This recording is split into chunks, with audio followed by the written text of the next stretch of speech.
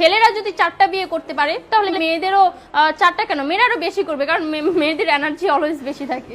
প্রশ্নের উত্তরটা নেওয়া এখন তোমার কথাবার্তায় তো মনে হয় যে তুমি কোনো মুসলমান জাতি না, তুমি অন্য কোনো জাতি, কারণ আল্লাহর যেটা হুকুম সেটা তুমি অবলম্বন করতেছো।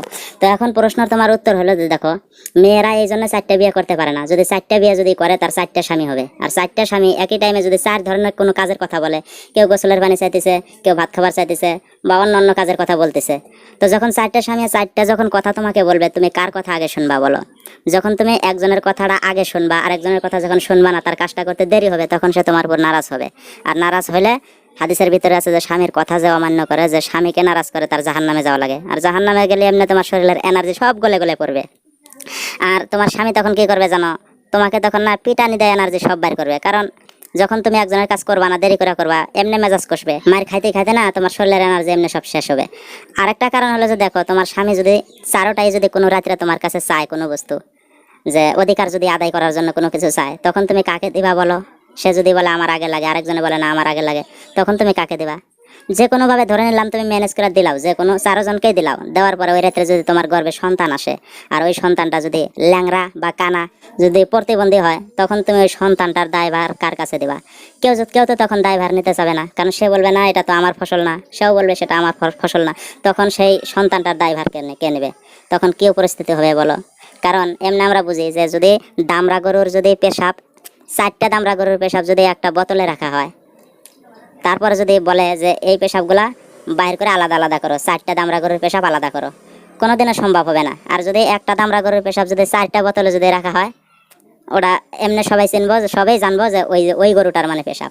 আর একটা কারণ হলো তোমার 4টা স্বামীর মধ্যে থেকে যে কোনো একটা স্বামী ধরে নাও তোমার জমির মধ্যে চাষাবাদ করলো, করার পরে একটা ফসল ওই জায়গার মধ্যে ধরলো, তো ওই ফসল ফলার আগ পর্যন্ত তোমার আরো যে 3টা স্বামী আছে, হাজবেন্ড আছে, তারা যতই চাষাবাদ করুক, সারাদিন যে চাষাবাদ করবো, হাল বাবো, এইটাই তার মানে বেকার যাব, কষ্ট যাব। কারণ যত বীজ বুনবো একটা বীজ হবো না, সব ব্যর্থ হয়ে যাব। তাহলে তোমার ওই এনার্জি থাকারও কোনো মূল্য হলো না।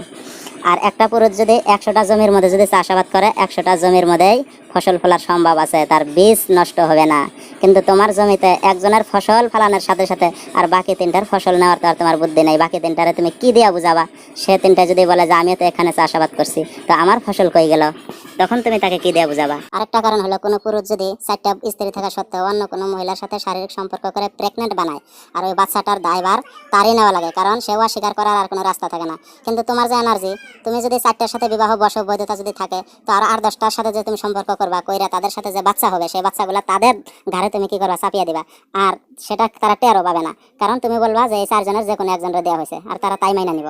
আর একটা বিশেষ কথা হলো দেখো, যে যদি কোনো একটা তালা 8-10টা চাবি দিয়ে যদি খোলা যায়, ওটাকে বলা হয় নষ্ট তালা, ওই তালার কোনো মূল্যই নেই। আর যদি একটা চাবি দিয়ে যদি 8-10টা তালা খোলা যায়, ওই চাবিটার কিন্তু মান মর্যাদা অনেক থাকে। ওই চাবিটাকে কি বলা হয় জানো? চাবিটার নাম হয় মাস্টার কি। তো এতটুকুই হলো পার্থক্য। এর সাথে আরো অনেক কিছু বলা যাইতো, কিন্তু আমার ওই ধরনের কথা যেভাবে তোমার বোঝানো লাগছিল, ওই ধরনের ভাষা আমার মুখ দিয়ে আসে না।